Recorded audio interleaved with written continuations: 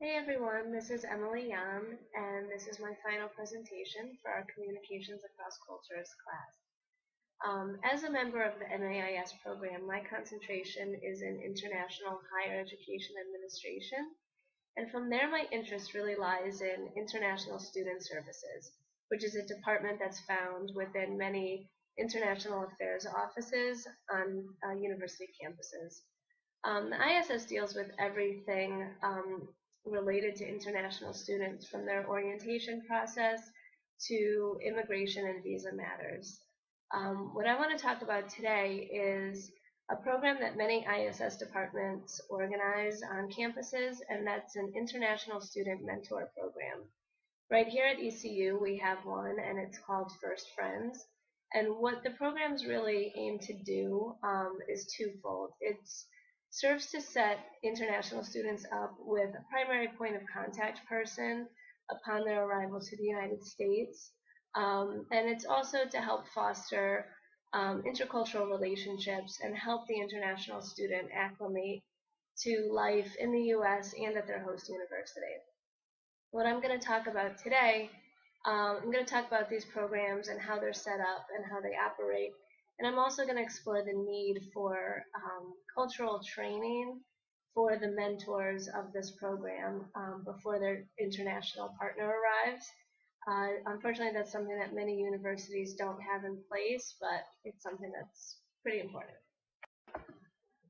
These mentor programs vary in their design as to whom the international students are paired with. Some programs, such as the one here at ECU, offer student-to-student pairings, meaning that international students are paired with domestic students from their host university. Other programs, though, use volunteers from the community. It can be singles, families, young professionals, or even retired individuals. The benefit of these community volunteer-based programs is that the international students can gain insight into the U.S. culture outside of the university setting. Domestic students who wish to partake in these mentor programs typically have the chance to apply the semester prior to the program beginning. International students will usually receive an application with their acceptance packet or receive an email before they arrive in the country. While participation in these programs is voluntary, most international students decide to participate. At the beginning of the semester, the International Student Service Department will typically host an introductory event in order for these partners, or buddies, to meet one another. From there, though, most programs leave it up to the buddies to determine how often they meet and what kind of activities they do with each other. Most programs do have a minimum requirement of meetings per semester, typically once or twice a month. The students, the activities they do together really vary. Many students will meet over a cup of coffee for conversations, which allows them to get to know one another, but it also helps one or both of them practice whatever language they're studying. Um, Oftentimes, especially in the community volunteered programs, mentors will even take the students on vacation with them or invite them over for holiday meals.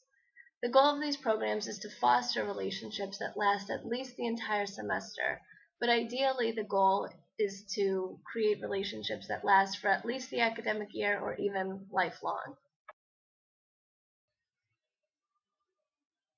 In my research for this presentation, I looked at 8 different universities from across the country and compared their international student mentor programs, including here at East Carolina University.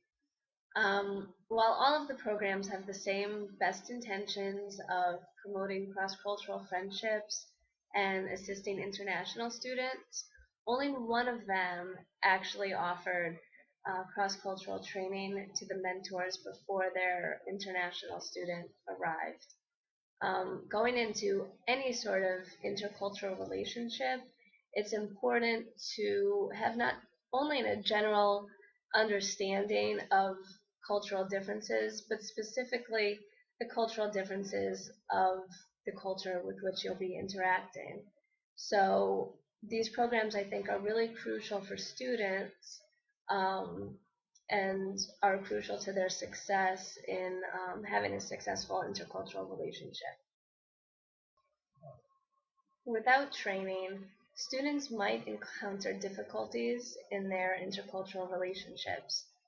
In particular, in the student-to-student mentor type programs, given the student's young age, there's a good chance they might have never been abroad before, or that they might not have ever interacted with somebody um, from a culture similar to their partner's culture. Um, Also, a lack of knowledge about culture can result in instances of ignorance or accidental insensitivity. And while you have to assume that any student wishing to participate in a program like this must be open-minded, there might be some instances of biases that exist in students. So training them can maybe help to alleviate and reverse those biases. And additionally, as much as these cultural trainings help in these mentor programs, these are skills that students or volunteers can use in their personal lives and in their work lives for the rest of their life, and they're truly valuable. Without proper training in advance of the program, there's several communication issues that might arise and hinder the relationship from developing to its full potential. Language barriers are bound to occur, as most international students will not be fully fluent in English, and there's also going to be various dialects and accents to contend with. Nonverbal communications are also important to understand, as different cultures will have varying practices regarding body language, personal space, or eye contact. Culture shock is another important factor, and mentors should be informed of its stages and resulting behaviors. While culture shock isn't directly a type of communication issue, it can lead to behaviors or attitudes that affect communications. For example, when a student is in the disintegration stage of culture shock and feeling isolated or depressed, he might not wish to spend as much time with his partner. A mentor may then feel hurt or like he's being pushed away, but knowledge of the stages of culture shock might help him better understand what his partner's going through and remember not to take it personally. There's also many cultural differences that should be taken into account, including the difference between high and low context cultures, as well as cultural taxonomies.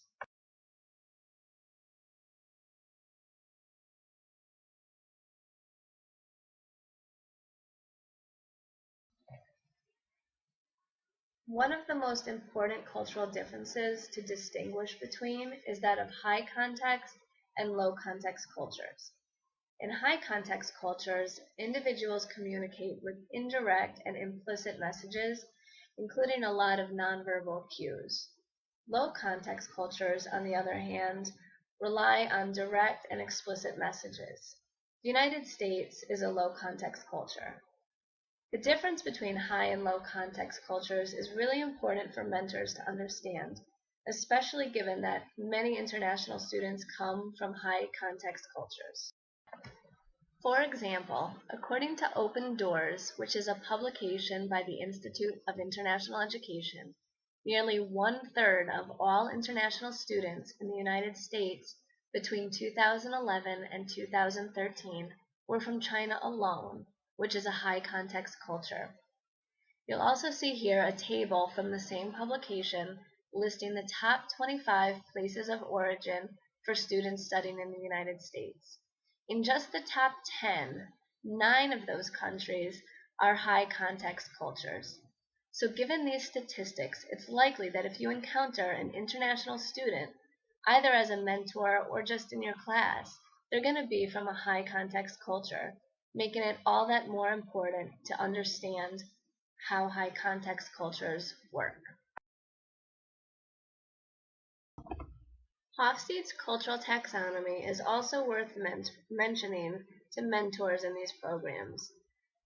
The 5 dimensions of cultural patterns that Hofstede describes are power distance, uncertainty avoidance, individualism versus collectivism, masculinity versus femininity, and time orientation.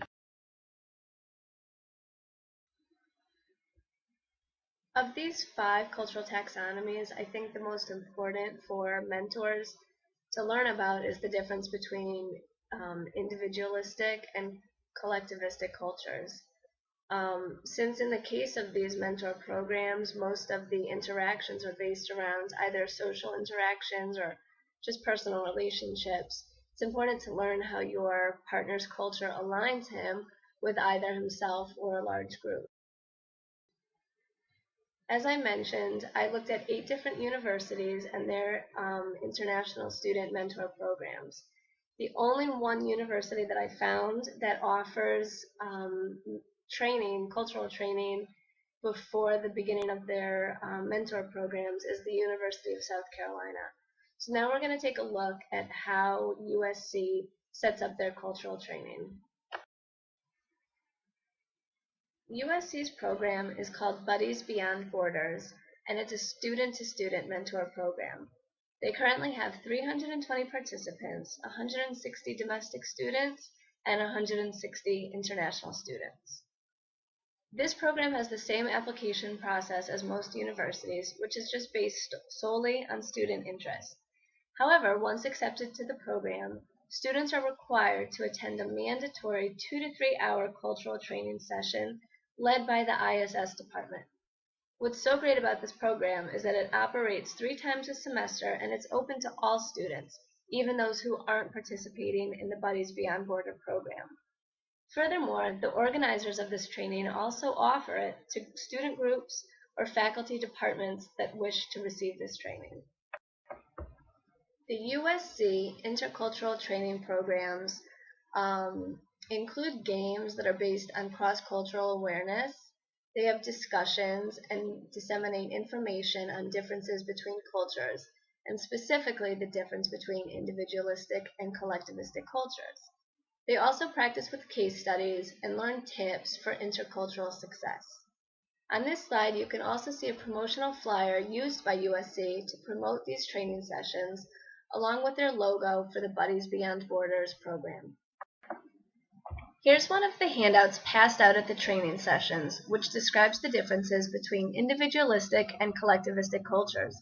What's so great about this handout is that each culture type is further broken down into categories such as primary values, conception of self, and group dynamics. And it's done in a side-by-side comparison that it makes it really easy to see the differences.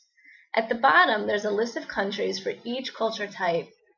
So once a student knows where his partner is from, he can always refer back to this sheet to better understand his partner. Students also receive case studies to practice with at this training session. One of the case study examples I gained access to for this presentation asks students to imagine that they're in charge of a student government organization and that 2 of the students on their board are international students. One is from Germany and one's from Saudi Arabia. Of course, the point here is that one of those cultures is individualistic and one is collectivistic. So it asks students to take the knowledge that they've learned at the training and apply it to this situation to determine how these cultural differences might be impacting the situation. All of the case studies that they do receive at the training use these practical campus-based scenarios that students can really apply, perhaps to real-life situations that they'll encounter throughout the semester.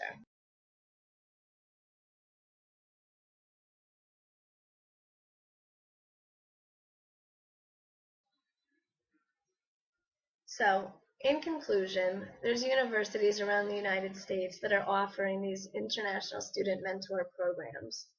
No matter what the name is, whether it's First Friends or Buddies Beyond Borders, they all have the same purpose: to help international students adjust to their new life in the United States. They gain an initial point of contact, but they also hopefully gain a friend for life. But unfortunately, most of these universities aren't providing any sort of cultural training. And without that, it can lead to difficulties in communications and bonding, which can ultimately hurt the possibility that a friendship or a lifelong friendship develops. So as we've seen, the University of South Carolina has set kind of this gold standard for these training programs, And I believe that they're easily attainable for every university with a mentor program to establish. And doing so is really going to help eliminate any communication difficulties and really foster stronger intercultural relationships. So thank you all for watching. That was my presentation.